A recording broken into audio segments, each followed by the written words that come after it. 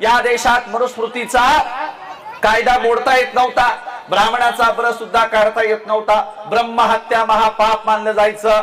तेव्हा जगद्गुरु जगतवंद्य तुकोबरायांनी अभंग लिहिला, काय महिमा वर्णू आता सांगणे किती, कोटी ब्रह्महत्या मुख पाहता जाती। अरे आमच्या तथागत विठ्ठलाचा काय महिमा सांगावा, 1 कोटी ब्राह्मणांची हत्या झाली आणि एकदाच विठ्ठलाचं तोंड पाहिलं तर सगळं पाप धुतलं जातं। हा मनुस्मृतीच्या विरोधातला अभंग लिहिणारे गाणारे जगतवंद्य जगद्गुरु तुकोबाराय आणि प्रतापगडाच्या पायथ्याशी कृष्णा भास्कर कुलकर्ण्याची खांडोळी करून हाच तुकोबारायांचा अभंग प्रत्यक्षात खरा करून दाखवणारे त्यांचे खरे पटशिष्य, रयतेच्या राज्याचे संस्थापक, कुळवाडी भूषण बहुजन प्रतिपालक, ज्यांनी सह्याद्रीच्या दऱ्याखोऱ्यातून घोड्यांच्या टापांचा आवाज दिल्लीच्या तख्तापर्यंत नेला, ज्यांच्याबद्दल ज्योतिराव फुले म्हणाले आम्हा कुळवाड्यांचा राजा, आणि म्हणून छत्रपती शिवाजी महाराज, लोकराजा राजर्षी शाहू महाराज आणि तुमच्या आमच्या एकूण सगळ्या क्रांतीचे जनक असणारे ज्योतिराव फुले साहेब यांना देखील अभिवादन करतो।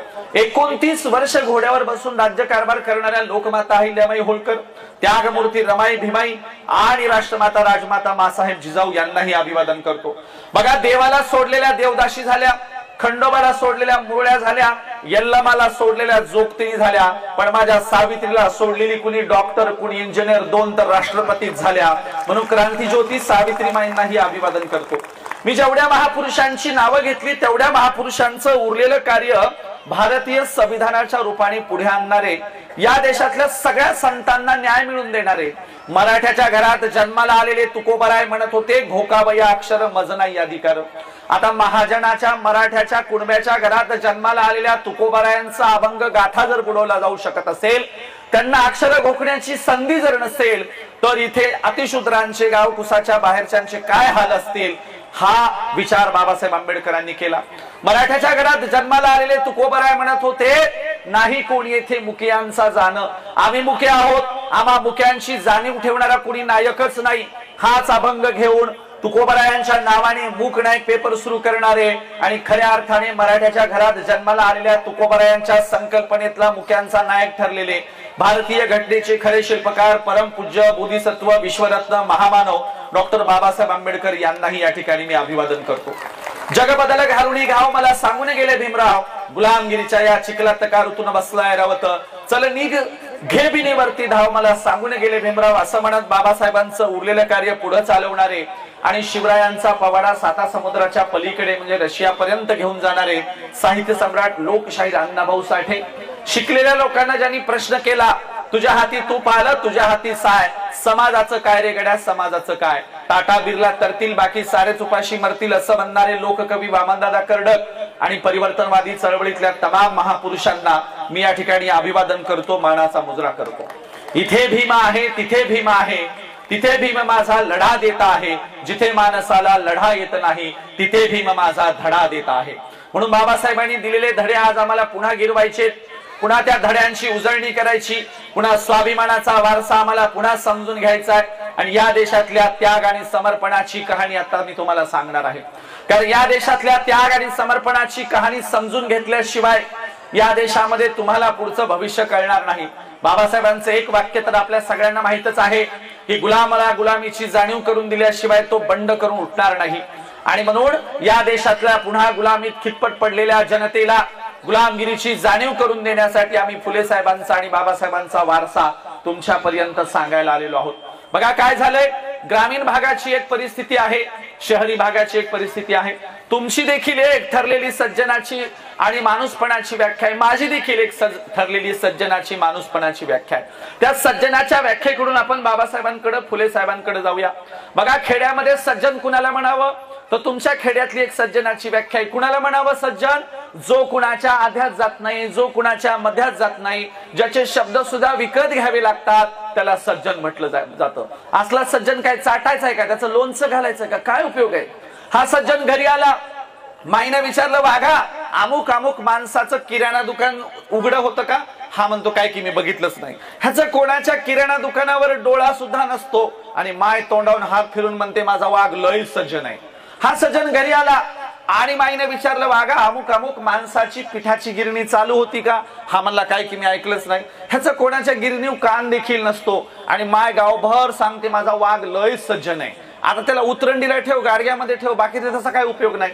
माझी पण एक सज्जनाची व्याख्या आहे, सज्जन कुणाला म्हणावं, जो कुणाच्याही आध्यात जातो, कुणाच्याही मध्यात जातो, ज्याला मध्यरात्री फोन करा पहिल्या बेरला तुमचा कॉल उचलतो, जो तिरडी उचलायला पुढे असतो, रक्तदान करायला पुढे असतो, भांडणं मिटवायला पुढे असतो, कुठल्याही कामात मदत करायला जो सगळ्यात पुढे असतो, त्याला सज्जन म्हटलं पाहिजे। आणि माझ्या सज्जनाच्या व्याख्येत फुले साहेब, बाबासाहेब आंबेडकर आणि सगळे महापुरुष बसतात।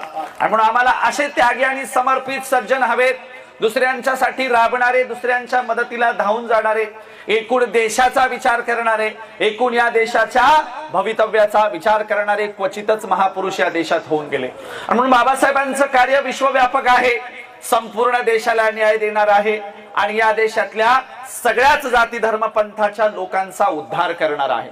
बघा, माझी अस्पृश्य जाती म्हणजे आजच्या शेड्यूल कास्टच्याच वाट्याला दैनीय दुःख आलं होतं का? तर नाही, या देशात ओबीसी असणाऱ्यांच्या वाट्याला देखील प्रचंड जाचक कायदे आणि बंधनं आली होती। आणि म्हणून ही जाचक आणि कायदे आणि बंधनं उठवायचं काम जर पुढे केलं असेल तर त्याची सुरुवात केली ज्योतिराव फुले साहेबांनी। फुलेंनी पहिल्यांदा पुण्यामध्ये ब्राह्मणशाहीच्या विरोधात दंड थोपटलं आणि ज्योतिराव फुले म्हणाले, आमचा लढा शेठजी, भटजी, लाटजी विरुद्ध शूद्रातिशूद्र असा आहे आणि म्हणून आम्ही शूद्रातिशूद्रांना एकत्रित करून या देशातल्या शेठजी, भटजी, लाटजींच्या विरोधात हा संघर्ष गतिमान करणार आहोत।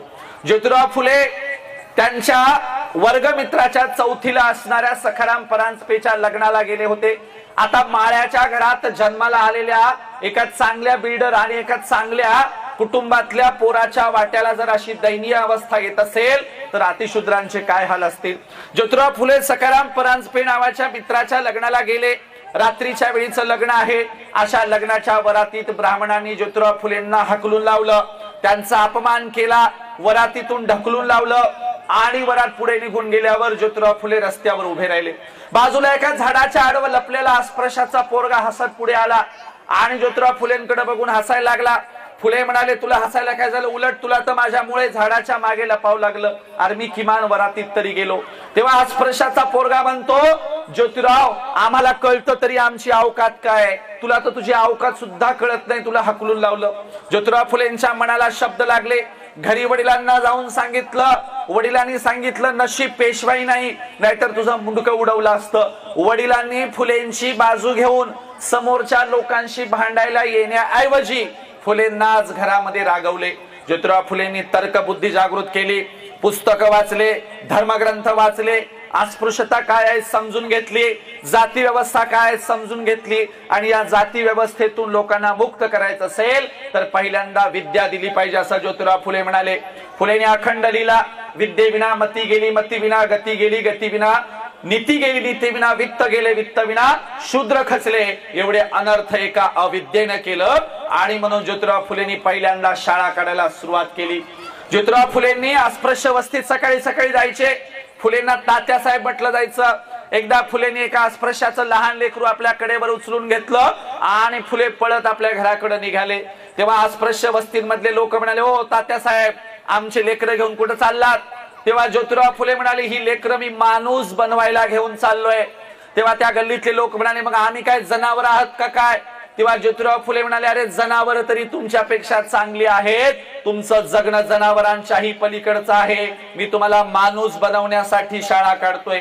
म्हणून या देशात पहिल्यांदा जर आमच्या भवितव्याचा विचार कोणी केला असेल तर तो क्रांतीसूर्य ज्योतिराव फुले साहेबांनी। आणि म्हणून आम्हाला वारसदार कसे हवेत? बाबासाहेबांसारखे, फुले साहेबांसारखे आम्हाला विचारांचे आणि या देशाला उंचीवर नेणारे वारसदार हवेत।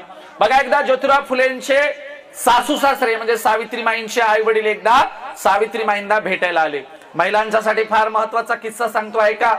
सावित्रीमाईंचे आई वडील सावित्रीमाईंना भेटायला आल्याच्या नंतर सावित्रीमाईंचे आई वडील म्हणाले, साऊ तुला काय मूलबाळ होत नाही असं आपल्या जावाई बापूंना म्हणावं, दुसरं लग्न करा। सावित्रीबाई म्हणाल्या, ते काही माझे ऐकायचे नाहीत, असं करा तुम्ही स्वतः जाऊन सांगा।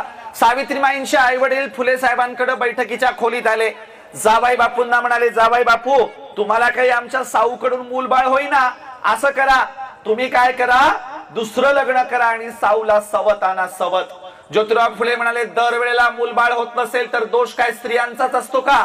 समजा मी सावित्रीला दुसरी सवत आणली आणि तिलाही मूलबाळ नाही झालं, तर मग साऊला दुसऱ्या सवत्या आणाल का? दुसऱ्या सवत्या आणणार असाल तरच मी दुसरं लग्न करायला तयार आहे. सावित्रीबाईंच्या आई वडील म्हणाले, असला कसला जावई आहे बाबा, ऐकतच नाही. निघून गेले. बरेच दिवस झालं. पुन्हा सावित्रीबाई म्हणाल्या, असं काय करता, दुसरं लग्न करा. ज्योतिराव फुले म्हणाले, साऊ अगं दुसरं लग्न कशाला करायचंय? सावित्रीबाई म्हणाले, आपण मेल्यावर आपल्या समाधीवर 4 फुलं व्हायला येणारा आपला वारसदार नको का? तेव्हा ज्योतिराव फुले म्हणाले, सावित्री अगं पोटची पोरच वारसा चालवतील याची काही गॅरंटी नसते, पण मी तुला गॅरंटी देतो, आपण मेल्यावर आपलं साहित्य वाचून असा कुणीतरी आपला वारसदार येईल की आपलं उरलेलं कार्य तंतोतंत पुढे चालवेल आणि आपला विचार देशभरात नेईल. ज्योतिराव फुले गेले आणि फुले गेल्याच्या नंतर 1 वर्षांनी ज्यांचा जन्म झाला, ज्यांनी फुलेंना आयुष्यात कधीही पाहिलं नाही, परंतु फुलेंचं उरलेलं सर्वच्या सर्व कार्य ओळ वाईज दिनांक वाईज पुढे चालवलं, ते ज्योतिराव फुलेंचे खरे वंशज आणि खरे वारसदार म्हणजे डॉक्टर बाबासाहेब आंबेडकर आहेत. बघा, फुले म्हणाले, मांग महार निंदा ठावे नाही व्यथा, जाळा म्हणू ग्रंथा एकदाची. यांच्या धर्मग्रंथात आमच्या बद्दल दयामया तर नाहीच आहे, परंतु आमची प्रचंड हेटाळणी केलेली आहे, असले ग्रंथ जाळले पाहिजेत. फुले साहेबांच्या जन्मशताब्दी वर्षाच्या निमित्ताने फुलेंना जन्मून 100 वर्ष झाल्याच्या वर्षी 25 डिसेंबरला रायगडाच्या पायथ्याशी महाडला मनुस्मृतीचं दहन केलं आणि फुलेंचे गुरु असणाऱ्या शिवरायांच्या समाधीचं दर्शन घेतलं. फुलेंना तर सॅल्यूट केलाच, फुलेंच्या गुरुला देखील सॅल्यूट केला आणि मनुस्मृतीचं दहन करून लोकशाहीवादी राज्याची संकल्पना महाडला बाबासाहेबांनी ठेवली. आणि म्हणून आम्हाला असे वारसदार हवेत की ज्यांनी वेळ वाईज दिनांक वाईज उरलेलं संपूर्ण देशाचं कार्य तडीसलेलं पूर्ण केलं. बघा मित्रांनो, आणि म्हणून इतिहास अशाच लोकांचा लिहिला जातो जे देशात काहीतरी चांगलं काम करतात.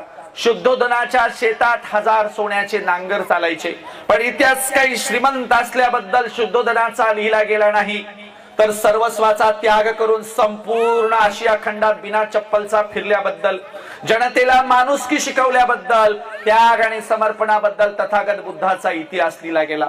याचा असा अर्थ होतो, इतिहास त्याग आणि समर्पणाचाच लिहिला जातो, श्रीमंतांचा लिहिला जात नाही. सम्राट अशोक जगाचे चक्रवर्ती राजे होते, पण रस्त्याने जाणाऱ्या सर्वसाधारण बौद्ध भिक्षूंच्या पायावर डोकं टेकवायचे. लोक म्हणायचे, तुम्ही जगाचे चक्रवर्ती राजे आहात, उंच सिंहासनावर बसता, मग साधारण बौद्ध भिक्षूंच्या पायावर डोकं का टेकवता? तेव्हा सम्राट अशोक म्हणायचे, इतिहास काही माझा राजा असण्याबद्दल आणि माझ्या संपत्तीचा लिहिला जाणार नाही, इतिहास त्या बौद्ध भिक्षूंच्या त्याग आणि समर्पणाचा लिहिला जाईल, म्हणून मी त्यांच्या त्याग आणि समर्पणाला सॅल्यूट करतो आहे. बघा, सम्राट अशोकाच्या नंतर मध्ययुगीन भारताच्या कालखंडात या देशात बोल्लोबा मोरे नावाचे एक प्रचंड महाजन होते, श्रीमंत होते, पण इतिहास काही बोल्लोबा मोरेंचा लिहिला गेला नाही.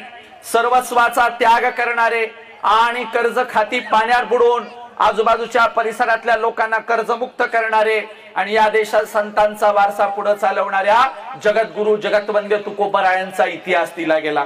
याचा असा अर्थ होतो, इतिहास काही श्रीमंतांचा लिहिला जात नाही, चांगलं काम करणाऱ्यांचा इतिहास लिहिला जातो. माझा एक प्रश्न आहे, तुम्ही कधी खेड्यात टाटा बाटा बिर्ला अंबानीचे पुतळे बघितलेत का? तुमच्या बिलोलीमध्ये नीता अंबानीचा पुतळा आहे का? तुमच्या बिलोलीमध्ये कुठल्या अनिल अंबानीचा कुठल्या जमशेद टाटाचा पुतळा आहे का? नसतो. खेड्यात नाही दिसणार, तालुक्यावर दिसणार नाही, मेट्रो सिटीत सुद्धा नाही. इतिहास काही टाटाच्या माईचा, बिर्लाच्या बायकोचा, अंबानीच्या आजीचा लिहिला जात नाही. इतिहास रमाई, भीमाई, अहिल्या, फातिमा आणि जिजाईचा लिहिला जातो. इतिहास त्याग आणि समर्पणाचा लिहिला जातो. म्हणून तुम्हाला अदानी अंबानीचे पुतळे दिसणार नाहीत, पण अंगावर चिंध्या पांघरून शब्दांचं सोनं वाटणाऱ्या गाडगे महाराजांचे पुतळे तुम्हाला जगभरात दिसतील. अरे ज्यांचं काही शिक्षण झालं नाही, अशा गाडगे महाराजांचं अमरावती विद्यापीठाला नाव आहे, कारण इतिहास त्याग आणि समर्पणाची दखल घेतो, श्रीमंतांची नाही. आणि म्हणून माझ्या भावंडांनो, तुम्हाला त्याग आणि समर्पण समजून घ्यायचंय. या देशामध्ये आपल्या पूर्वजांनी प्रचंड मोठं बलिदान दिले, त्याग केलेला आहे. तुम्हाला त्यागमूर्ती रमाईचा प्रसंग सांगतो. आपण रमाईच्या बद्दल किती सुंदर गाणं ऐकलं की बाबासाहेबांच्या संपूर्ण जीवनामध्ये रमाई म्हणजे एक मोठं टपूर टिपूर चांदणं होतं. ह्या चांदण्याची कथा तुम्हाला सांगतोय. एकदा काय झालं, शाहू महाराजांना कळलं की कोणीतरी अस्पृश्याच्या घरातला पोरगा खूप शिकून आलाय, आपण त्याची भेट घेतली पाहिजे आणि त्याची मिरवणूक काढली पाहिजे. म्हणून शाहू महाराज मुंबईत बाबासाहेबांना शोधत आले बाबासाहेब ज्या चाळीत राहत होते दुसऱ्या मजल्यावर, त्या चाळीच्या लाकडी जिन्यापाशी शाहू महाराज खाली आले. त्यांना लाकडी जिना चढून काही वर जाता येईना. मग त्यांनी एक माणूस पाठवला आणि बाबासाहेबांना निरोप पाठवला, कोल्हापूरचे राजे शाहू महाराज आलेत म्हणून. बाबासाहेब लुंगीवर होते, जसे आहेत तसे खाली आले आणि जगातल्या दोन महान पंडितांची, महान विद्वानांची, महान क्रांतिकारकांची भेट एका लाकडी जिन्यापाशी चाळीपाशी झाली. बाबासाहेब म्हणाले, अहो महाराज तुम्ही कशाला आले गरिबांच्या चाळीत? अहो मला निमंत्रण पाठवलं असतं तर मी स्वतः कोल्हापूरला आलो असतो. शाहू महाराज म्हणाले, नाही मला बघायचंच होतं की कोण तरुण इतकं शिक्षण घेऊन आलाय. हे बघा आम्ही तुमची तारीख घ्यायला आलो, तारीख द्या तारीख. बाबासाहेब म्हणाले, अहो कसली तारीख मागताय तुम्ही? आदेश द्यायचा, मी येणार त्या दिवशी. कोल्हापुरामध्ये बाबासाहेबांची मिरवणूक ठेवली. दिवस उजडला, हत्तीवर बाबासाहेबांना बसवलं गेलं, बँड पथक लावलं, हलग्या लावल्या, संपूर्ण कोल्हापुरातून मिरवणूक निघाली. बाबासाहेबांच्या मिरवणुकीसमोर साखर वाटली गेली. मिरवणूक शाहू पॅलेस समोर आली. हत्ती खाली बसला. हत्तीच्या अंबारीतून बाबासाहेब खाली उतरले आणि शाहू महाराज पुढे आले. शाहू महाराजांनी स्वतःच्या डोक्यावरचा लाल रंगाचा जरीचा फेटा काढला, बाबासाहेबांच्या डोक्यावर घातला आणि म्हणाले, आज राजेशाही संपली, आता ज्ञानाची राजवट सुरू झाली आणि देशाचे राजे तुम्ही होणार आहात.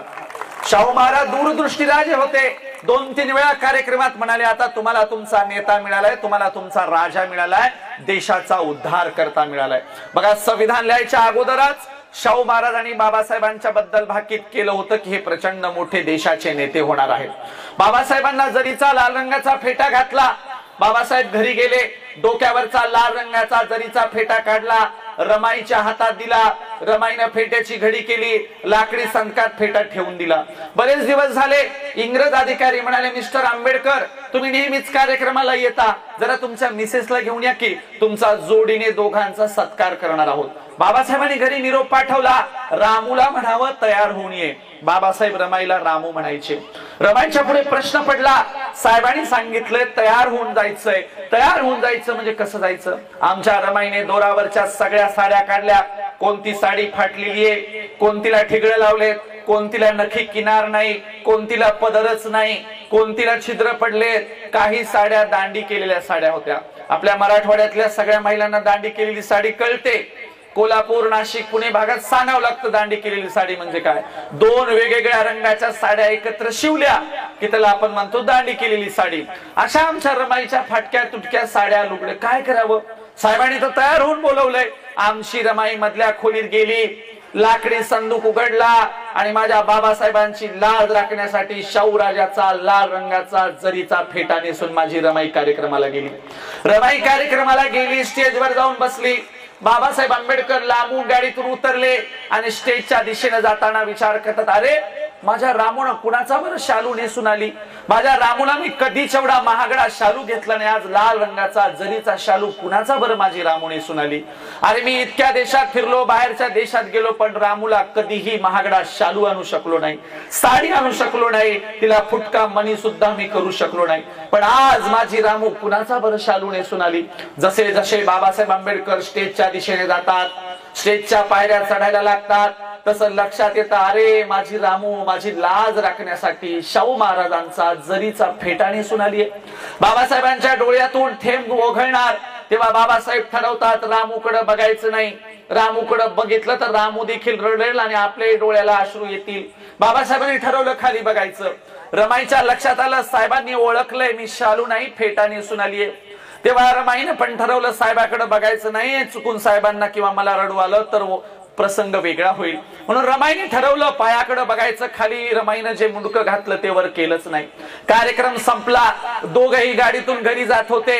संपूर्ण गाडीमध्ये कुणीच बोलत नव्हतं, सगळे चिडेल चूप होते. घरी गेल्याच्या नंतर साहेबांनी अंगावरचा कोट काढून रमाईच्या हातात दिला तेव्हा रमाईच्या डोळ्यांना अश्रुधारा लागल्या होत्या.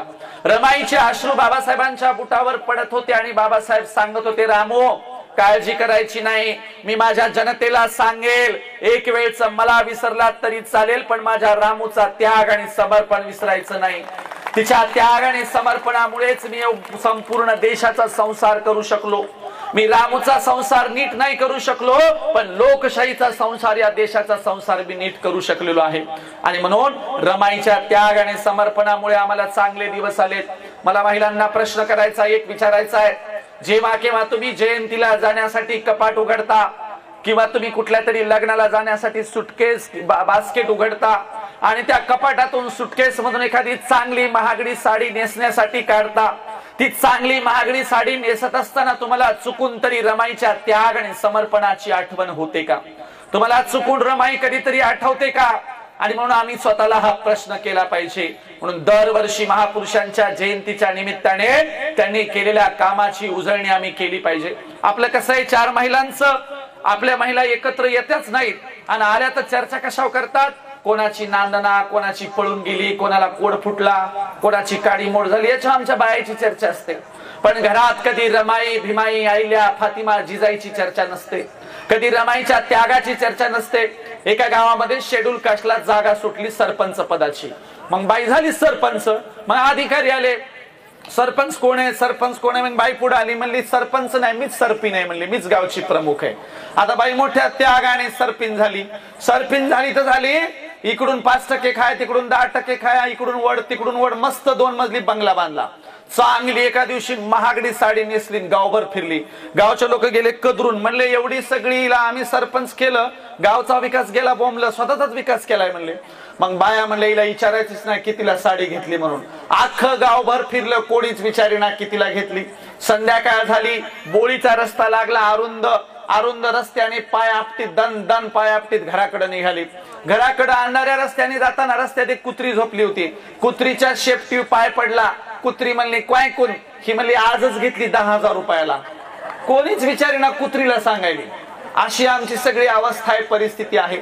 आणि म्हणून शेजाऱ्या पाजाऱ्यांशी तरी संवाद ठेवला पाहिजे, ग्रामीण जनतेशी संवाद ठेवला पाहिजे, एकमेकांशी संवाद ठेवला पाहिजे, तरच आपल्या देशाचा, गावाचा, राष्ट्राचा विकास होणार आहे.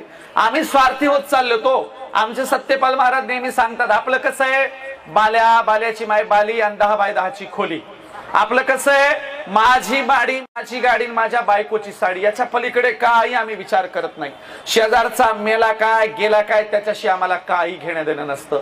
अहो शेजाऱ्याचं सोडा, एका कुटुंबात सुद्धा संवाद उरलेला नाही. संवाद टीव्ही चालू असते, कोणतं तरी बाहेरून येतंय, रिमोट हातात घेतय, उकड बसूनच गचगच खातय जातय.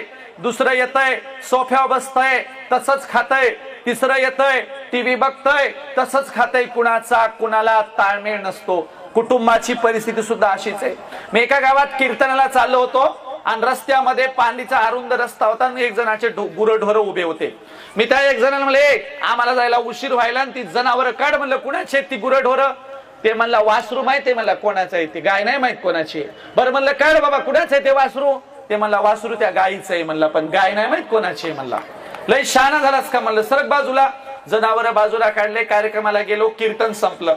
कीर्तन संपल्या पोरग स्टेजवर आलं. म्हणलं महाराज मायछान किंवा म्हणला लय भारी बोलतात, चला तुम्हाला चहा प्यायला नेतो आपल्या घरी. म्हणलं मी चहा पित नाही. म्हणलं दूध पाजतो, चला तर खरी. घराकडे नेताना एवढा मोठा म्हशीचा गोठा होता. म्हणलं का रे, ह्या सगळ्या म्हशी तुमच्याच आहेत का? म्हणला हो. मी म्हणलं सगळ्यात दूध देतात का? म्हणला महाराज येडे झालं काय, म्हशी कुठे दूध देतात का? काढावं लागतंय. म्हणला मनानं देत नसतात. म्हणला म्हणलं एवढा शहाण आहेस का? मग शाळेत का जात नाही? मगाशी तर गुराढोरांच्या मागे होता. म्हणला जातो शाळेत.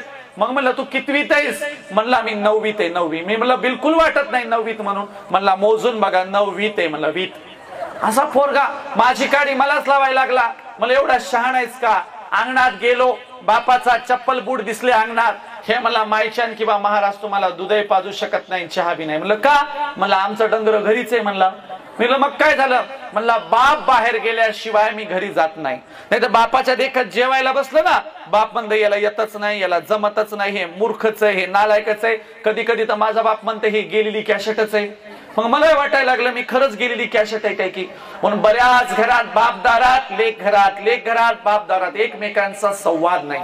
लेकरांना काही पाहिजे असेल तर लेकर माईला म्हणतात आई म्हणणं तू पप्पाला दे म्हणून. आणि मग पोराची माय म्हणते द्यानं काऊन, पोरग खूप दिवस झालं मागायलंय. आणि मग पोराच्या माईच्या सांगण्यावरून बाप पोराच्या माईकडे देतो आणि माय मग पोराकडे देते. असा घरात, ज्या घरात संवाद नसेल त्या घरामध्ये बाबासाहेब आंबेडकर नाही होऊ शकणार. कारण रामजी आंबेडकर आणि बाबासाहेब आंबेडकर हे आम्हाला सूत्र समजून घ्यावं लागतं. पगारीतले पैसे वाचवून, आपली पेन्शन वाचवून आपल्या मुलांच्यासाठी पुस्तकं विकत घेणारा एकमेव बाप म्हणजे रामजी आंबेडकर होते। आपल्या घरातल्या मुलाला कशाचीही कमी पडू नये याची सतत चिंता करणारे रामजी आंबेडकर होते। आणि आपल्या घरातले बाप पोरग 5 वर्षाचं नाही झालं की त्याच्या हातात लगेच मोबाईल देते आणि मोठेपणाने सांगतात त्याला स्टेटस ठेवता यायले, मोठेपणाने सांगतात त्याला सगळं व्हिडिओ कॉलिंग जमायली। अरे ती काय मोठेपणाची बाब आहे का? सांगा त्यांनी त्याच्या बालवयात बाबासाहेबांचं चरित्र वाचलंय, सांगा त्यांनी त्याच्या बालवयात फुले साहेबांचं चरित्र वाचलंय। आणि आम्हाला पुस्तक वाचणाऱ्या पिढ्या पाहिजेत, आम्हाला महापुरुषांचा वारसा चालवणाऱ्या पिढ्या पाहिजेत, आम्हाला सगळ्या क्षेत्रात तरबेज असणाऱ्या पिढ्या पाहिजेत। आणि म्हणून तशा पिढ्या घडवायच्या असतील तर पहिल्यांदा मायबाप घडले पाहिजे आणि म्हणून त्या मायबापांच्यासाठी हा कार्यक्रम आहे। लक्षात घ्या, सांगावं किती हो, या देशात महापुरुषांचं इतकं व्यापक काम होतं, ते व्यापक काम आम्हाला सांभाळता आलेलं नाही। बाबासाहेब आंबेडकर म्हणाले होते, हा माझा परिवर्तनाचा रथ आहे, मी मोठ्या नेटाने इथपर्यंत आणलाय। हा परिवर्तनाचा रथ तुम्हाला पुढे नाही नेता आला तरी चालेल, पण त्या रथाला मागे खेचू नका। परंतु आज आम्ही काय केलंय, तो परिवर्तनाचा रथ ज्या जागेपर्यंत बाबासाहेबांनी आणला होता तो पुढे तर आम्ही नेऊ शकलो नाही, उलट त्या रथाच्या दांड्या विकून खाल्ल्या, त्या रथाचे चाक विकून खाल्ले, त्या रथाचे पार्ट विकून खाल्ले आणि म्हणून आज आमची अशी अवस्था आहे। म्हणून लोकशाही वाचवायची वेळ आमच्यावर आली आहे, देश वाचवायची वेळ आमच्यावर आलेली आहे। अशा वेळेला आम्हाला आंबेडकरी जनतेला सतर्क आणि जागृत करायचंय। अशा वेळेला आम्हाला या देशातल्या महापुरुषांचा जे वारसा चालवतात त्या लोकांना सतत सतर्क आणि जागृत करायचंय। बघा बाबासाहेबांच्या काळात माणसं कशी होती ना आताची माणसं कशी आहेत। एकदा काय झालं, बाबासाहेब समुद्र किनाऱ्यावर पुस्तकांच्या ट्रंका घेऊन उतरले आणि आपल्या घराकडे जाणार, तोच तिथं काही माणसं बाबासाहेबांच्या दिशेने आली आणि माझ्या रिक्षात बसा, माझ्या रिक्षात बसा म्हणून भांडायला लागली। तोपर्यंत एका वाळलेल्या अगदी हडकुळ्या माणसाने बाबासाहेबांच्या पुस्तकांच्या बॅगा घेतल्या आणि आपल्या पायंडल सायकल रिक्षामध्ये नेऊन ठेवल्या। बाबासाहेब त्याच्याकडे गेले, म्हणाले, हे बघ माझ्या घराचा रस्ता चढाचा आहे, दुसरं माझं वजन आणि 2 बॅगांचं वजन तुला तोलणार नाही, तुला सायकल पायडल रिक्षा चालवता येणार नाही, मी दुसरा कोणीतरी माणूस बघतो परंतु तुझ्या रिक्षातल्या बॅगा माझ्या उतरून दो। तो माणूस म्हणाला, हे बघा साहेब, माझ्या रिक्षात बॅगा ठेवल्या तर तुम्हाला कोणीच नेणार नाही कारण तुम्ही माझे झाले, आता तुम्हाला याच रिक्षातून यावं लागेल। रिक्षा चालवणाऱ्याला माहितच नाही आपल्या रिक्षात बसणारी व्यक्ती कोण आहे। बाबासाहेबांच्या घराचा रस्ता लागला, चढाचा रस्ता, रिक्षा चालवणाऱ्याला रस्ता काही चढना, कमरेतून पूर्ण ओझं त्या हँडलवर टाकलं आणि पायंडलवर पाय दाबायला सुरुवात केली। पायंडल काही दबता दबेना, हँडलवर पूर्ण ओझं पडलंय, माणसाचा तोल समोरून पुढे गेला आणि अगदी तोंडावर माणूस पडला। रिक्षा बाजूला जाऊन आदळला, बाबासाहेब कसे तरी रिक्षातून उतरले, माणूस जमिनीवर पडलाय, बाबासाहेब त्याच्याकडे गेले, त्याच्या दोन्ही खांद्याला धरलं, उठून उभं केलं, उठून उभं करेपर्यंत साहेबांच्या लक्षात आलं त्याचं अंग तापेनं फणफणलंय, त्याला प्रचंड ताप आलाय। बाबासाहेब म्हणाले, अरे तू आजारी आहेस, तुला ताप आलाय आणि तू कशाला रिक्षा चालवतो, मी तुला सांगितलं नव्हतं का माझ्या घराचा रस्ता चढाचा आहे, तुला चढणार नाही, आणि काय चालवलं हे? बाबासाहेबांनी खिशात हात घातला, पैसे दिले, सांगितले, हे पैसे घे, दवाखान्यात जा, इथून माझं घर जवळ आहे, मी कुणाला तरी बोलवेल आणि माझ्या बॅगा घेऊन जाईल। त्या माणसाने पैशाच्या पाकिटाला किंवा पैशाला हात सुद्धा लावला नाही। माणूस मागे सरकला, म्हणाला, नाही साहेब, जोपर्यंत तुम्हाला तुमच्या घरी नेऊन पोहोचवत नाही तोपर्यंत या पैशावर माझे अधिकार नाहीत, आणि मी काही कच्च्या गुरुचा चेला नाही, माझ्या गुरुने नाही सांगितलं असं कोणाचे पैसे घ्यायचे म्हणून, तुमचं काम करेल तरच या पैशावर माझा अधिकार आहे। बाबासाहेब म्हणाले, अरे आजारी आहेस आणि कोण्या गुरुचं मला गिन्यान सांगायला लागला, पैसे घेऊन जा, कोण्या गुरुचं नाव सांगायला लागला? तेव्हा तो म्हणाला, हे बघा साहेब, मी ताप असताना का हे रिक्षा चालवतोय, कारण माझ्या गुरुच्या सभेला मला जायचंय, माझ्या सहकुटुंबाला मी येवल्याच्या सभेला घेऊन जाणार आहे आणि म्हणून माझ्या बाबासाहेबांच्या सभेला जाण्यासाठी मी पैसे कमवतोय। माझे गुरु बाबासाहेब आहेत, त्यांनी सांगितले श्रमाशिवाय कमाई करायची नाही। बाबासाहेबांनी डोळ्यावरचा चष्मा काढला आणि म्हणाले, अरे वेड्या, ज्या गुरुचं नाव घेतोस, ज्या गुरुच्या सभेला जाण्यासाठी एवढी तयारी करतोय, तो डॉक्टर बाबासाहेब आंबेडकर तुझ्या समोर उभा आहे, मीच आंबेडकर आहे। त्या माणसाच्या डोळ्यातून अश्रुधारा व्हायला लागल्या। बाबासाहेबांच्या पायावर डोकं टेकवलं, बराच वेळ झाला डोकं टेकवून बाबासाहेब खाली वाकले आणि उठवायला गेले, बाबासाहेबांच्या पायावर प्राण सोडून दिले, जीव सोडून दिला। अशी माणसं बाबासाहेबांच्या समकालीन होऊन गेली। आणि आज शाहीर संभाजी भगत सांगतात, भीमपुतळ्यात बंद केला बाई, भीम भजनात बंद केला बाई, त्याच्या वैऱ्याने जेर बंद केला गा, भीम बाजार आणला ग बाई, त्याची खैरात झाली ग बाई. म्हणजे सगळ्यांनी वाटून घेण्याचा कार्यक्रम अलीकडच्या काळात चालू ठेवला असं शाहीर संभाजी भगत सांगतात.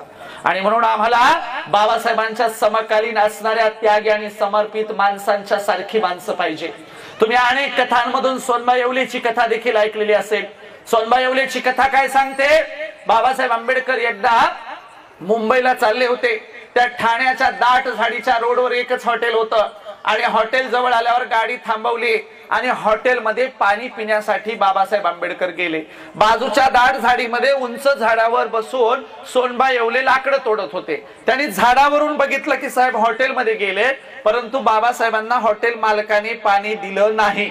हॉटेलमधून पाणी न पिता बाबासाहेब बाहेर आले आणि गाडीमध्ये बसायला लागले. तोपर्यंत झाडावरून सोनबा येवले उतरून आपला हंडा, पाण्याचा हंडा घेऊन गाडीच्या दिशेने जाणार. बाबासाहेबांनी मागे काही बघितलं नाही, गाडी निघून गेली. सोनबा येवलेला फार वाईट वाटलं. अरे माझ्या साहेबांना हॉटेल मालकांनी पाणी दिलं नाही, माझे साहेब बिना पाण्याचे तसेच गाडीत निघून गेले. सोनबा येवलेनी काय करावं ठरवलं, दररोज त्याच जागेवर पाण्याचा हंडा घेऊन बसायचं. एक दिवस झाला, एक महिना झाला, एक वर्ष झालं, सलग 9 वर्ष सोनबा येवले नावाचे गृहस्थ बाबासाहेबांच्या वाटेवर पाण्याने भरलेला हंडा घेऊन बसायचे. किती वर्ष? 9 वर्ष. कधी बसायचे? ऊन असू द्या, वारा असू द्या, पाऊस असू द्या, झडीच्या पावसात सुद्धा एकाही दिवसाचा खाडा सोनबा येवलेनी पडला नाही. का? कारण ज्या दिवशी मी पाण्याचा हंडा घेऊन नाही जाऊ शकलो, त्या दिवशी त्याच रस्त्याने माझे साहेब जर गेले आणि साहेबाला पाणी जर नाही मिळालं तर काय करायचं? एकही दिवस पावसात सुद्धा खाडा पडू दिला नाही. अशा अवस्थेत सोनबा येवले मृत्यू पावले, मेले. ही गोष्ट बाबासाहेबांना कळली. तुमच्यासाठी सलग 9 वर्षे एक माणूस पाण्याने भरलेला हंडा घेऊन रस्त्यावर बसायचा. बाबासाहेब म्हणाले त्यांनी असं करायची काही गरज नव्हती. बाबासाहेबांनी पैशाचं पाकिट घेतलं, सोनबा येवलेचं गाव शोधत त्यांच्या गावी गेले. अगदी आखूड आणि उंच नसणारं घर होतं, अगदी झोपडी टाईप लहान घर. अंगणात गावच्या लोकांनी बाज टाकली. बाबासाहेब बाजेवर बसले. सोनबा येवलेची सून आली. बराच वेळ चर्चा झाली. सून सांगायला लागली, अहो साहेब तुमचं दररोज नाव घ्यायचे, साहेब एकदा तरी माझ्या हंड्यातलं पाणी पितील अशी अपेक्षा करायचे, पण साहेब तुमची आणि आमच्या सासऱ्यांची भेट काही होऊ शकली नाही. सून सांगत असताना सगळे रडत होते. बाबासाहेबांनी खिशात हात घातला, पैशाचं पाकिट काढलं, सोनबा येवलेच्या सुनेकडे दिलं. सुनेने पैशाच्या पाकिटाला हात नाही लावला, मागे सरकली आणि काय म्हणाली, साहेब पैसे नको, पण आमची एक शेवटची इच्छा आहे, माझ्या सासऱ्याचं त्या मडक्यातलं एकदा एक घोट पाणी प्या, आमच्या पिढ्यानपिढ्यांचा उद्धार होईल. बाबासाहेबांनी हंडा घेतला, हंड्यातलं पाणी पिलं आणि सांगितलं, सोनबा येवलेची कथा देखील जोपर्यंत मी असेल तोपर्यंत सांगितली जाईल, कारण मला असेच त्यागी आणि समर्पित माणसं पाहिजे. म्हणून बाबासाहेब जेव्हा जेव्हा कार्यक्रम करायचे तेव्हा सांगायचे, मला या देशात समता, स्वतंत्रता, बंधुत्व आणि न्याय यावर आधारलेला आदर्श समाज आणि राष्ट्र हवंय. मला इथे प्रश्न करायचा आहे, काय बाबासाहेबांच्या स्वप्नातलं राष्ट्र आम्ही उभं करू शकलो का? नाही. अत्यंत दुर्दैवाने सांगावं लागतं नाही. त्यांनी दिलेल्या संविधानाच्या विरोधात या देशात कार्यक्रम चालू आहेत. बाबासाहेबांनी संविधानात आर्टिकल 15 दिलं होतं. काय दिलं होतं? या देशात जात, धर्म, पंथ, वंश, संप्रदाय, लिंगभेद करता येणार नाही. आम्ही सगळे समान असू, कुणी लहान असणार नाही, कुणी मोठा असणार नाही, सगळे समान असतील, कायद्याच्या पुढे समान असतील, लोकशाही पुढे समान असतील. पण ठरलो का आम्ही समान? बिलकुल नाही. लातूर जिल्ह्यातल्या त्या उदगीर तालुक्यामध्ये मातंग समाजाची सरपंच महिला मंदिरात का गेली म्हणून महिलेला मारहाण करण्यात आली. विदर्भामध्ये आर्वीमध्ये 8 वर्षाचा मातंग समाजाचा पोरगा मंदिरात का गेला म्हणून भर दुपारच्या उन्हाळ्यामध्ये मे महिन्यात गरम स्टाईलच्या फरशीवर ऍसिड टाकून बसवण्यात आलं. लहान मुलाला शिक्षा सुनावण्यात आली. आजही या देशात जाती व्यवस्था आहे, अस्पृश्यता आहे, गैरबराबरी आहे, विषमता आहे, समता लागू होऊ शकलेली नाही. हे दुर्दैव या देशाचं. म्हणून आम्ही सांगतोय की या देशात समता लागू करायची असेल तर प्रत्येक नागरिकाने सतर्क झालं पाहिजे, जागृत झालं पाहिजे. विशेषतः आमच्या महिलांना सांगतोय, तुम्हाला या देशातली लोकशाही वाचवायची आहे, तुम्हालाच हा देश पुढे चालवायचा आहे, कारण आता माणसांकडच्या अपेक्षा संपलेल्या आहेत. आता या देशात स्त्रियांचे पक्ष उभे राहिले पाहिजे, स्त्रियांनी लीडरशिप केली पाहिजे, स्त्रियांनी चर्चा केली पाहिजे, स्त्रियांनी भाषण केली पाहिजेत. म्हणून आमचा विश्वास आता महिलांवर उरलाय. म्हणून महिलांनो जरा जागृत व्हा, आपापसातले हेवे दावे सोडा, भांडण तंटे सोडा, एका खेड्यातला एका म्हातारीचा किस्सा सांगतो बघा। एका गावात एक म्हातारी होती, तिला भांडायची लय सवय, अख्ख्या गावाला भांडून बुरबुडा आणला, पण नेमकं तिच्या नातवाचं लग्न होतं। नातू म्हणाला लग्नाला सगळ्यांना घ्या पण या डंगरीला घ्यायचं नाही। घरचे म्हणले का नाही घ्यायचं? ते नातू म्हणला लोकांच्या गावी हिनं भांडण काढलं तर काय करावं? मग घरचे म्हणले आम्ही तिला समजून सांगू, ती काही तसं करणार नाही। नवरदेव हळदीला गेला, म्हातारीला आदल्या दिवशी सगळ्यांनी समजून सांगितलं, आजी लोकांच्या गावी भांडण काढू नये बर का, गपचिप लग्नाला जायचं, अक्षता टाकायचं आणि गपचिप यायचं, भांडण काढायचं नाही। म्हातारी म्हणली हो। लग्न मंडपात नेलं, म्हातारीला खाली बसता येईना, नवरदेव नवरीच्या स्टेजच्या बाजूला खुर्ची टाकून दिली, खुर्चीवर म्हातारी बसली आणि लग्न लागलं। लग्न लागल्यावर सगळे वराडी जेवायला बसले। नवरदेव नवरीनं स्टेजवर पाहुण्यांना फोटो काढायला बोलायला सुरुवात केली। नवरदेवाच्या आत्या आल्या, चुलत्या आल्या, मामे आल्या, नवरीच्या आत्या आल्या, चुलत्या आल्या, मामे आल्या, सगळ्या महिलांचे फोटो काढून झाले। म्हातारीला वाटलं माझा नंबर येत नाही काय की, मला कोणी बोलवच ना, मग आता लक्ष वेधून घेण्यासाठी काय करावं? लग्न मंडपातून एक कुत्री गेली, म्हातारीनं कुत्रीलाच अशा शिव्या द्यायला सुरुवात केली, विचारूच नका। कुत्रीलाच भांडायला लागली म्हातारी। जेवणारे लोक म्हणायला लागली कुणाची म्हातारी बाबा, काय शिव्या द्यायला लागली? नवरदेवाला आला राग। नवरदेव म्हणला ही डंगरी काही चचना म्हणला। आता चचना हा शब्द बीड जिल्ह्यातला आहे, चचना म्हणजे मरणा खपना। नवरदेव म्हणला ही डंगरी काही चचना। म्हातारीनं ऐकलं, म्हणली बापू तू काय म्हणलास?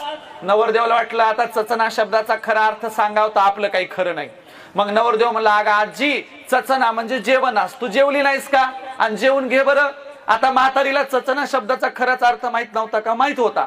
मग म्हातारीला हुशार, म्हातारी म्हणली मपलं काय बापा, अगोदर नवरदेव नवरी चचल, मग नवरदेव नवरीचे मायबाप चचतील, मग सगळं वरहाड चचल, मग सगळं गणगोत चचल, मग सगळं गाव चचल। मपलं काय, मी चचली तर चचल नाही तर तशीच पचल म्हणली। असा कार्यक्रम आपल्या महिला मंडळाचा। आणि म्हणून आपण आता संपूर्ण इतिहास समजून घेतला पाहिजे। या देशाचा इतिहास बाबासाहेब आंबेडकरांनी एक पुस्तक लिहून सांगितला, कुठला? क्रांती आणि प्रतिक्रांती या देशाचा इतिहास आहे। जेव्हा केव्हा आमची छोटीशी क्रांती होते तेव्हा त्यांची पुन्हा प्रतिक्रांती होते। तथागत बुद्धाच्या विचारधारेवर सम्राट अशोकाचं राज्य चालत असताना पुष्यमित्र शुंग नावाच्या ब्राह्मणाने सम्राट अशोकाच्या नातवाची बृहद्रथाची हत्या केली आणि या देशात प्रतिक्रांती झाली।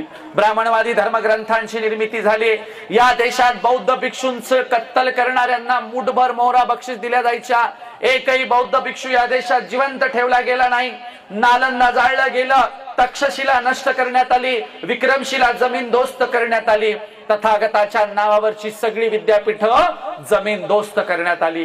कुमारील भट्ट नावाच्या ब्राह्मणाने शंकराचार्यांना पुढाकार घेऊन या देशामध्ये बौद्ध भिक्षूंना उकळत्या तेलात टाकलं। इतकी प्रचंड अवस्था या देशामध्ये केली। आणि म्हणून मित्रांनो तुम्हाला समजून घ्यायचा या देशाचा इतिहास क्रांती आणि प्रतिक्रांतीचा आहे। जर तुम्ही तुमचा इतिहास विसरलात तर तुमच्या इतिहासाचा गैरवापर झाल्याशिवाय राहणार नाही। तुमच्या इतिहासाचा वापर करून तुम्हाला गुलाम केलं जाईल। आणि म्हणून तुम्हाला गुलाम व्हायचं नसेल तर चांगल्या पद्धतीने तुम्ही जगायला शिकलं पाहिजे, पुस्तकं वाचायला शिकली पाहिजे। माझा समोरच्यांना एक प्रश्न आहे, बाबासाहेबांचं एक तरी पुस्तक वाचलेले किती लोक आहेत? त्यांनी हात वर करावं। बाबासाहेबांचं एक तरी पुस्तक वाचलेल्या लोकांनी हात वर करायचं आहे। या बाजूला 2-3 हात आलेत आणि पाठीमागे 2-3 हात वर आलेत। महिला मंडळात बिचारी एक तरी आहे की नाही बघू द्या मला। 2-3-4 तिकडे पलीकडे पण खूप आहेत। महिला मंडळात एका गोल कोपऱ्यामध्ये जरा 2-4 हात वर आलेत। या महिलांच्यासाठी एकदा जोरदार सगळ्यांनी टाळ्या वाजवा। बाबासाहेबांचं एक तरी पुस्तक वाचलेली माणसं आमच्याकडे आहेत। इथून गेल्यावर संकल्प करायचा, वर्षभरामध्ये बाबासाहेबांची किमान मोजकी पुस्तकं तरी मी वाचणार आहे। कोणती कोणती? मुक्ती कोण पथे, बाबासाहेबांचं स्वतःच आत्मचरित्र नानकचंद रत्तू यांनी लिहिलेलं, आणखीन क्रांती प्रतिक्रांती, आणखीन बुद्ध आणि त्यांचा धम्म, आणखीन बाबासाहेबांनी लिहिलेलं अस्पृश्य मूळचे कोण, आणखीन बाबासाहेबांनी लिहिलेले इतर सगळे खंड, किमान त्यांची भाषणं तरी आम्ही वाचली पाहिजे। एवढी पुस्तकं पुढच्या जयंतीपर्यंत वाचण्याचा संकल्प आज आम्ही करतो आहोत असं ठरवून टाका। महापुरुषांची पुस्तकं वाचली पाहिजे, मोडक्या तोडक्या शब्दात इतरांना सांगितलं पाहिजे। आणि म्हणून सांगण्यासारखं बरंच आहे। आपण समारोपाकडे जाऊया। मी महापुरुषांच्या त्याग आणि समर्पणाच्या काही गोष्टी सांगितल्या। जाताना तुम्हाला एवढंच सांगेल की दुसऱ्याचं चांगलं व्हावं असा विचार केला पाहिजे। दुसऱ्याचं वाईट झाल्यावर आपल्याला दुःख वाटलं पाहिजे। आपल्याकडे उलटी माणसं आहेत बघा, उलटी कशी? दुसऱ्याचं चांगलं झालं की वाईट वाटतं, आणि दुसऱ्याचं वाईट झालं तर चांगलं वाटतं. एक जण माझ्याकडे आला आणि म्हणला महाराज द्या टाळी. त्याला टाळी दिली, लय खुश उड्या मारायला लागला. म्हणलं कस काय रे खुश? ते म्हणलं आमच्या शेजाऱ्याला लॉटरी लागली. मी म्हणलं पहिला माणूस बघायलो शेजाऱ्याला लॉटरी लागल्यावर आनंदी झालेला. ते म्हणलं तसं नाही, तुम्हाला नाही कळायचं. म्हणलं कस काय? म्हणला त्यांचं लॉटरीचं तिकीटच सापडं ना. म्हणला त्यांचं लॉटरीचं तिकीट हरवलंय म्हणून याला आनंद झालाय. एक जण डॉक्टर कडे गेला. म्हणला डॉक्टर साहेब माझ्या पोटात दुखायलंय. डॉक्टर म्हणले कधीपासून दुखायलंय? हा म्हणला शेजाऱ्याने बंगला बांधलाय तेव्हापासून दुखायलंय. म्हणजे लोकांना घर बांधलं की याच्या पोटात दुखायला, असा कार्यक्रम आहे. म्हणून दुसऱ्याचं चांगलं झालं तर आपल्याला चांगलं वाटावं, दुसऱ्याचं वाईट झालं तर आपल्याला दुःख व्हावं, असा आपला स्वभाव असावा. नेमका उलटा झालाय. हजारो वर्षापासून आमच्याकडे महापुरुष सांगत आलेत की अरे आम्ही बदललं पाहिजे, आमच्या कुटुंबाचा घराचा विकास झाला पाहिजे, आणि म्हणून या बदलासाठी तुम्ही सगळेजण साथ सहयोग द्याल अशी तुमच्याकडून अपेक्षा करतो. आणि जाताना एवढंच सांगेल, बाबासाहेब सूर्याला म्हणाले तू तिथला तर मी इथला सूर्य आहे. बाबासाहेब सूर्याला म्हणाले तू तिथला तर मी इथला सूर्य आहे. चल परिवर्तनाचा करार करू. तू ताऱ्यांना प्रकाशमान कर, मी साऱ्यांना प्रकाशमान करेल, मी साऱ्यांना प्रकाशमान करेल. आणि म्हणून तुम्ही इथून जाताना काहीतरी चांगलं घेऊन जाल अशी अपेक्षा करतो. बाबासाहेबांचा विचार पुढे चालवाल अशी अपेक्षा करतो. देशाला वाचवाल अशी तुमच्याकडून अपेक्षा करतो.